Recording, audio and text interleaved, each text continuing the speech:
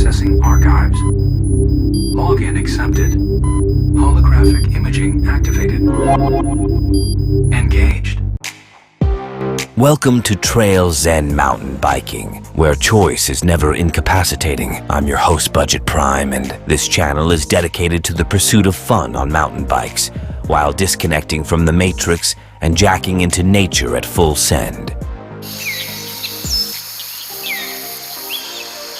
Welcome back to the continuation of the Budget Bikepacker series. In the last video, we joined Dick while he did the only upgrades necessary while continuing to mentally and emotionally work through his preferred tire dilemma. He internally battled with the paradox of choice of two, but now added a third. They are the Maxxis Ravager, the Bontrager GR1, and the Maxxis All-Terrain. All three are solid tires for this project, and in this video he believes he has found the perfect solution, but not the perfect tire. The goal of this series is to build a capable and reliable bikepacking bike for under $500, which may seem high or insanely low.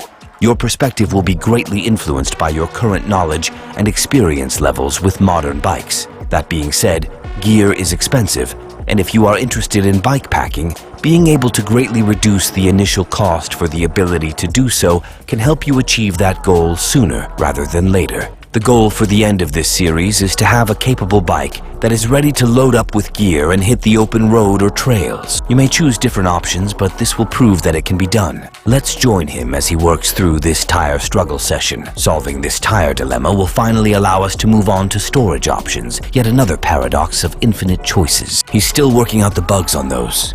Look what just got delivered. I'm going to go ahead and install these bad boys. Much more knobbier than these. These are tires that I'm much more familiar with. They remind me a lot of the Maxxis Minion SS's that I already run on my Xstrada when I'm doing bikepacking type stuff. Just got a nice flat rolling tread with some meat on the corners for the slop.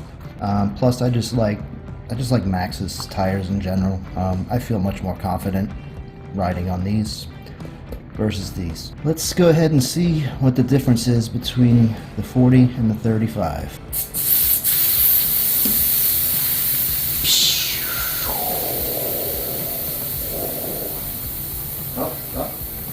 Here comes my furry assistant, always present to get in my way by helping me out. Right, love? Do you want to say hi? You're just gonna lay there next to me? Okay. That's cool too. Make me look like I'm just talking to myself. Always got my back, huh, Belle?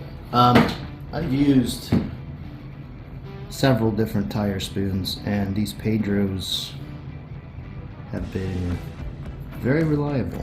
I usually crack them. These have not been broken yet, so I love them. Nobody likes tools that suck, unless you're some kind of sick masochist. No, don't worry, I didn't say mastiff, I said masochist. Just chill. Just chill. Hey, what are we doing?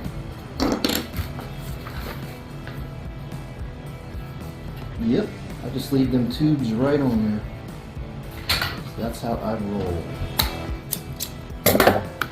You know, I talk a lot of shit about Trek, but I do like the fact that they've got their 30-day guarantee, which means that those Bontragers I got, if I'm not fully satisfied, I can return.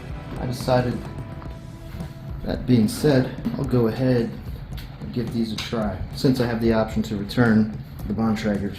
Of course I picked the wrong damn side. Gets a little confusing when your bike's upside down. Oh my god, there's gotta be a freaking arrow here. There we go. Perfect. No, this is not how I typically change a tire, but trying to capture all the magic on camera, this appears to be the best way. I have no doubt if you scour the internet, you will find the proper way to do this. Or at the very least, a much easier way to do this. I've changed enough tires in my life to not be scared. Too scared of doing it this stupidly. That went on much easier than the Bontrager, to be honest. I can already see the difference between this and the 35. See what she looks like with some air. You know, that honestly is insanely tall, but I don't think it's that terrible.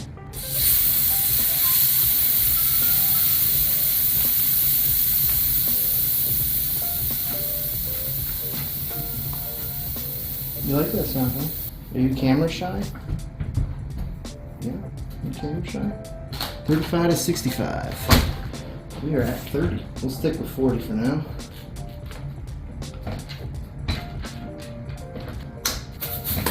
Typically when you put a wide tire onto a narrower rim, instead of going wide, the tire is going to go up. So this is definitely sitting higher than the other one, but not by much. Okay, so here's the Bontrager compared to the Ravager. To be honest, it's not that much of a difference. I mean, it's definitely wider, that's for sure. The height difference, I knew it would go taller, and I knew it would go wider. And I'm okay with that. The mountain biker in me just says bigger, knobbier tires. You may find you have a different set of priorities. In my opinion, a better tire for what I'm going to be riding through. These end up being $30 cheaper, which gives me $30 more. That knocks off $30 off of the budget, which is nice. I'm going to go ahead and do the rear the normal way and throw that on there. Rear tire is on. As you can see, compared to the Maxxis Minion here, you've got that lower, fast rolling center where you don't get a whole lot of resistance. It's just smooth on gravel. Then you've got the meat on those corners here for the slop into any kind of slippery turn. Very similar pattern here where you've got the fast rolling, and then towards the ends, you know, where you're going to start to slide or anything, you're going to have a lot more meat. Personal preference, I'm familiar with these tires. I feel confident on these, and I'm pretty sure I'll feel confident on these as well. However, with it being taller, what's going to happen is the more you start to hit the corners, the more it's going to start to roll. When I'm running these tires, I'm going to have to basically remind myself that I can't corner as well with these, because it's going to shove all this rubber kind of off to the side into the turn, which could lead to instability. It's not going to, there's no possibility. It's definitely going to lead to some instability. Keeping that in mind, I've been riding two wheels my entire life. It's nothing that I can't handle, so I definitely wouldn't recommend doing it, as people have advised me not to do it, but I'm pretty sure I'll be fine. Time will tell though. I had thought about it, and even though I can return these, I'm probably just going to keep them. I'm not going to include it in the budget overall, but I'm definitely going to keep these just to have for an urban environment, because these are definitely going to perform better through the streets, on the sidewalks, and even in some light gravel type stuff than these will. And we've been on the C&O Canal. We run into a lot of really sloppy, nasty spots, so I'm much more confident with these than I am with these. And that's just the way it is. Maybe you're confident in those, maybe you've had experience with that. I don't care. This is what I prefer to have. If you're good with this, then that's freaking awesome. But I'm going to keep these for urban, asphalt and street and light gravel, and then probably simply just run these on bike packing trips. I can run these at a lower tire pressure and still have way less resistance than I have with these suckers. So I'm not even worried about that. This is what I'm used to. This is cakewalk. Running at the lower pressure on these, it'll give me more cushion. And I'm okay with the lower tire pressure. I'm going to take these out in a few days. It's actually been raining, so that's kind of perfect. So I may take this out tomorrow while everything is still wet and nice and sloppy. We'll see. We'll see how my schedule works out, but it's perfect conditions to actually test these for the reason that I actually got them. Okay, so I didn't make it out for my ride this afternoon. However, did make it out to a local shop, Dirt Rooster. If you're ever in the Baltimore area near Catonsville, check them out. They're awesome, awesome crew there. And what I did learn about this tire is that I don't necessarily have to run it at a lower PSI. I can run it at the same PSI that I ordinarily would, but with the added volume, that'll give me that cushion that I need. And having it sitting on this smaller, thinner rim won't be an issue. That smells. Hi, how are you? You're not so camera shy today, huh? Okay. Everything's an adventure with you, isn't it? Yeah. We wanted an English Mastiff, and we got you instead. So while I was there getting their opinion, and I had to pick up a few things anyway, I found these. So, just when I thought my tire problems were over, I just added even more complications.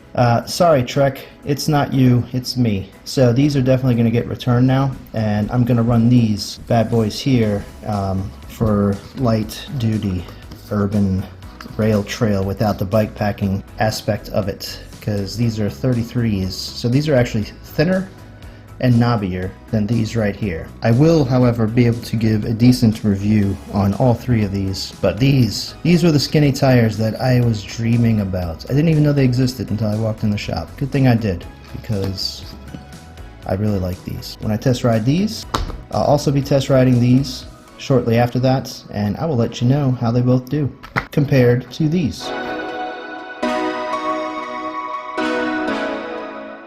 After rigorous and completely unscientific methodology, just as suspected, Dick was able to reach an absolutely biased conclusion. Let me break it down into layman's terms. The Ravager offered superior cushion and traction due to increased volume. The Bontrager GR1 offered superior speed due to the least amount of rolling resistance. The All-Terrain offered superior traction compared to the GR1, while sacrificing a marginal loss of speed. Dick is willing to sacrifice a little bit of speed for the additional traction, therefore chose the All-Terrain as an everyday tire. I can hear the difference between the Bontragers and these. You just hear them tearing into the dirt. That fills me with confidence. See, this is much more inspiring. Confidence. I like it. Still love you, Trek. I still got your water bottle. While the Ravager had the most traction and cushion of the three, it was also the slowest. Blue stuff coming up, incoming. For bikepacking, he prefers the additional volume with the most traction. Speed is irrelevant. There is no such thing as the perfect tire. You will always sacrifice one thing to gain another. It really boils down to what you want and prefer. That being said, there's nothing wrong with any of these tires for bikepacking. Period. For the sake of the budget, we will average the difference between all three tires, since any tire you may prefer will end up costing around the same anyways. Thank you very much for watching. In the next video, we are finally going to turn this rocket into a pack mule. That is, if Dick isn't plagued by indecision and the paradox of choice. However, I do suspect he has many options to suggest, but already knows what he's going to do. If you're feeling inspired to build your own bikepacking bike, give us a thumbs up and leave a comment telling us what your ideal setup would be. If you find this channel mildly amusing and would like to see this project progress, feel free to subscribe. Don't worry, we won't tell anyone you did.